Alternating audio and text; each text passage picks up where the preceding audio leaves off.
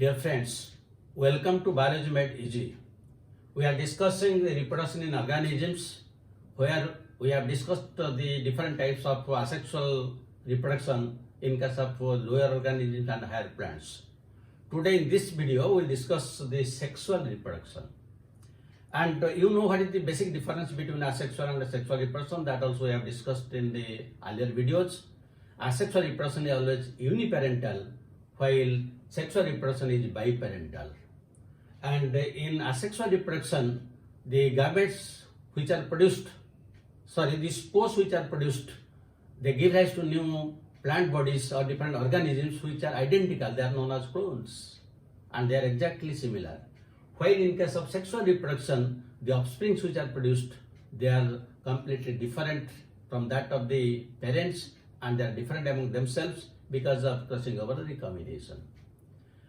And asexual reproduction takes place by means of mitosis, while for sexual reproduction it is meiosis, where you will find there is meiosis, again fertilization to give rise to zygote that will give rise to embryo. So this is the basic difference between asexual and sexual reproduction. Now we'll discuss the different aspects of this sexual reproduction. When one organism is reproducing sexually, it has different phases.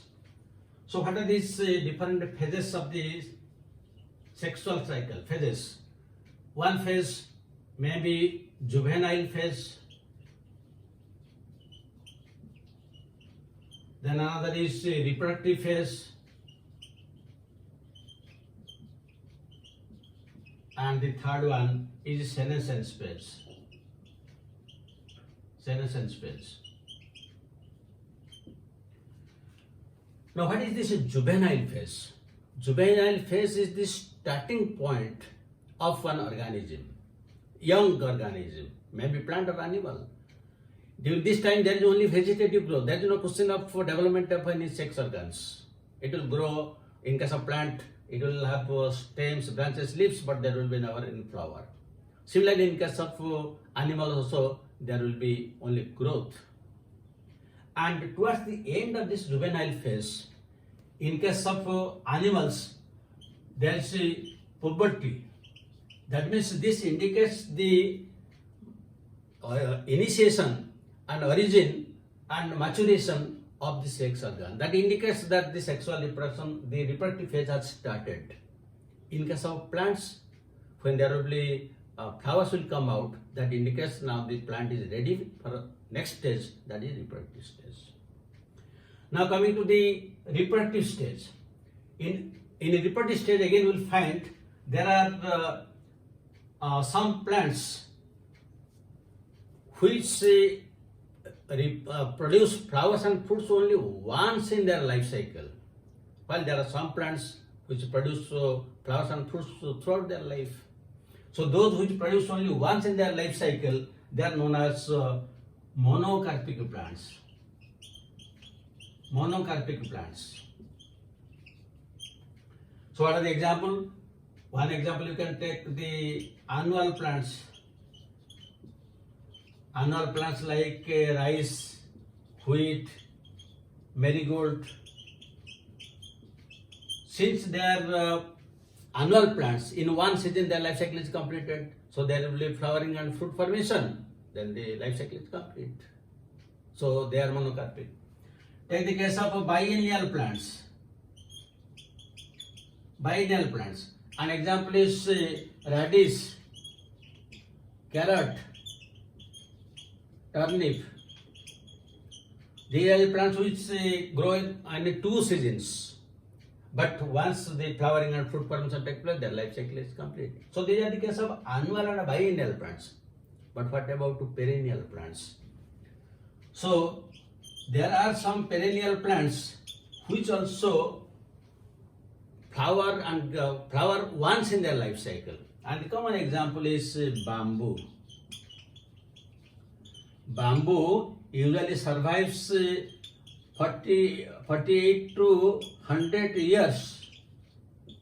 Suppose it will survive for 100 years, up to 100 years there will be no flowers. But at the end, when flowers come out, the life cycle is complete, it will die. And another case is that case of Strobianthus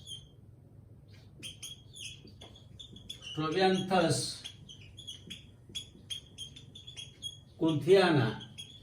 It is also known as Nilakuranji. This plant is found in hill tracts of South India, mostly Tamil Nadu, Kerala and Karnataka, hill tracts. This plant flowers once in 12 years. And the last time it was flowered in 2018. 2018 it has flowered, and before that in 2006 it was flowered. So since it flowers only once in 12 years, the next it will flower in 2030. And now you are all students, and by the time 2030 will be all established, and you should try to visit those South India, this place, because that flowers, they attract the tourists. So this place is very important because it flowers only once in 12 years. If you miss once, then you have to wait for another 12 years. So these are the examples of monocarpic plants. But what about polycarpic plants? So polycarpic plants, they survive for several years, and each year they give rise to flowers and fruits. The common example, you can take the mango plant, apple plant, China rose, all these cases. They are polycarpic plants. Polycarpic, mango, apple, China rose. So they survive for several years, but each year in a particular season they give rise to flowers and fruits. Then once the flowers, fruits are complete, again they will wait for the next year. Now in between these two flowering periods, the time is known as interflowering period. What happens during this period? During production of flowers and fruits, usually there is no vegetative growth, and most of its energy and materials are lost due to formation of the flowers and fruits. So before it comes to flowering the next season, in the interflowering period, it will gain that lost energy, so that again it gives rise to flowers. That is happens in case of polycarpic plants. So this is the reproductive stage.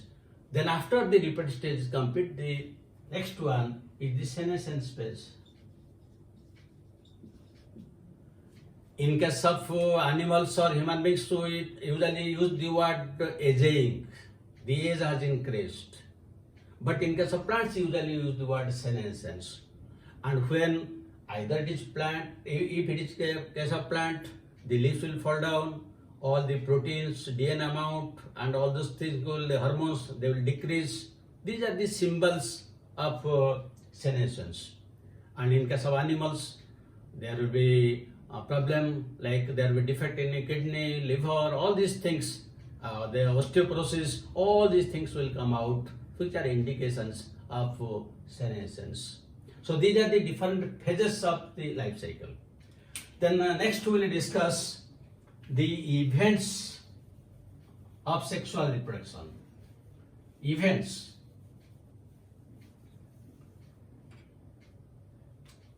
The events of sexual reproduction we discuss. So in the events again we will discuss that this, when sexual reproduction is taking place, what is happening before fertilization and what is happening after fertilization. That means pre-fertilization stage, fertilization and post-fertilization. These are the three stages of the events. So first we will discuss the pre-fertilization events. Pre-fertilization events. And in these pre-fertilization events, there are two very important things. One is gametogenesis, and the second one is gamete transfer. So let us discuss first this gametogenesis. Gametogenesis means how the gametes are produced. The most of the organisms which reproduce by means of sexual reproduction, most of them are diploids, having 2n number of chromosomes. And when sexual reproduction takes place, usually meiosis takes place, and during this meiosis, the haploid gametes are produced, both in case of plants and animals. So, how these gametes are produced, that we'll discuss one by one. And what is their structure, what is the difference. So, gametogenesis. In gametogenesis, the different types of gametes which are usually produced. Number one, these may be isogametes. Iso means similar. That means the gametes are similar. That means suppose these are the two gametes, and these gametes are morphologically and physiologically similar with each other. That is why they are known as isogametes. And these isogametes, they are commonly found in case of Eulothrix and Cladophora. Isogametes. There is another case. Take the case of Spirogyra. This is very important from examination point of Spirogyra.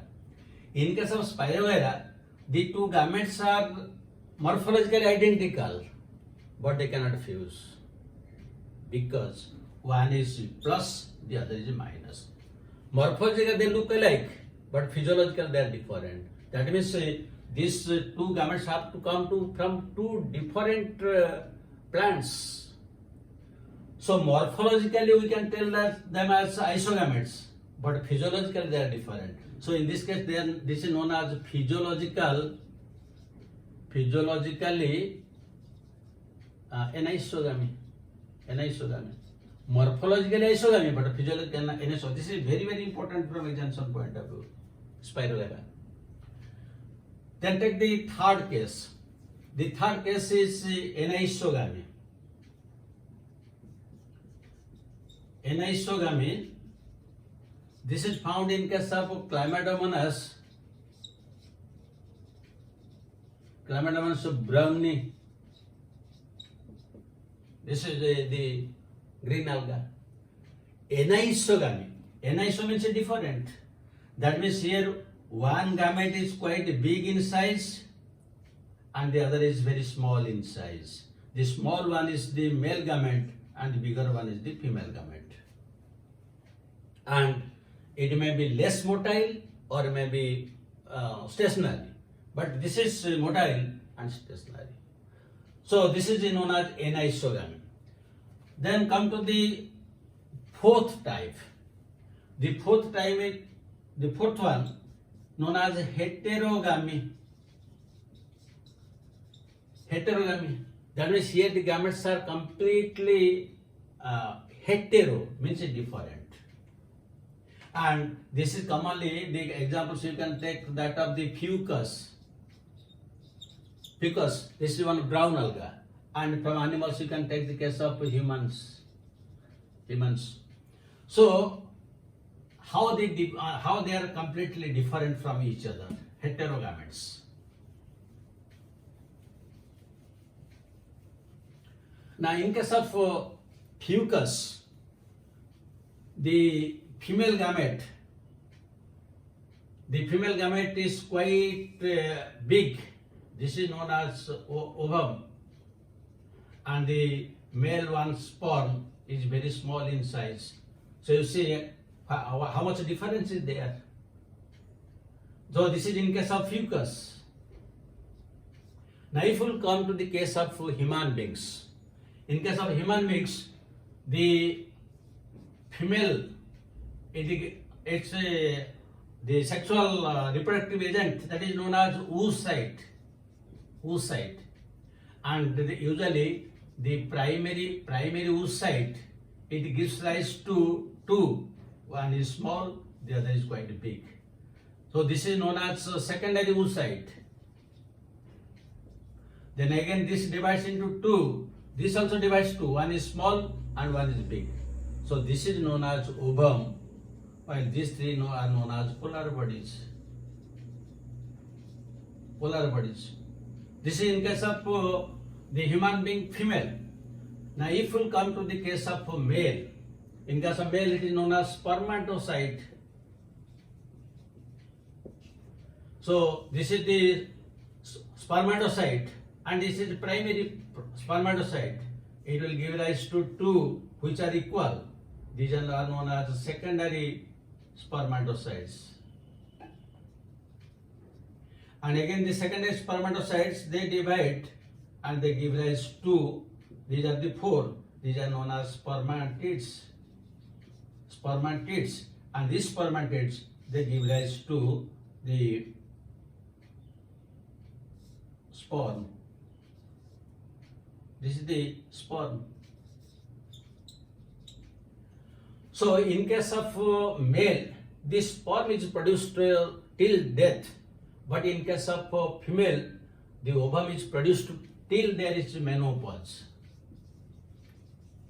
After this menopause, the ovum is not produced because the ovary stops the secretion of the hormone estrogen. And once the secretion of estrogen is stopped, then it leads to some physical problems like osteoporosis. It is because that hormone secretion stops, and that usually takes place between the age 45 to 50 years. So these are the different types of gametes that are produced during the sexual reproduction. Then the next thing that we'll discuss is sexuality in organisms.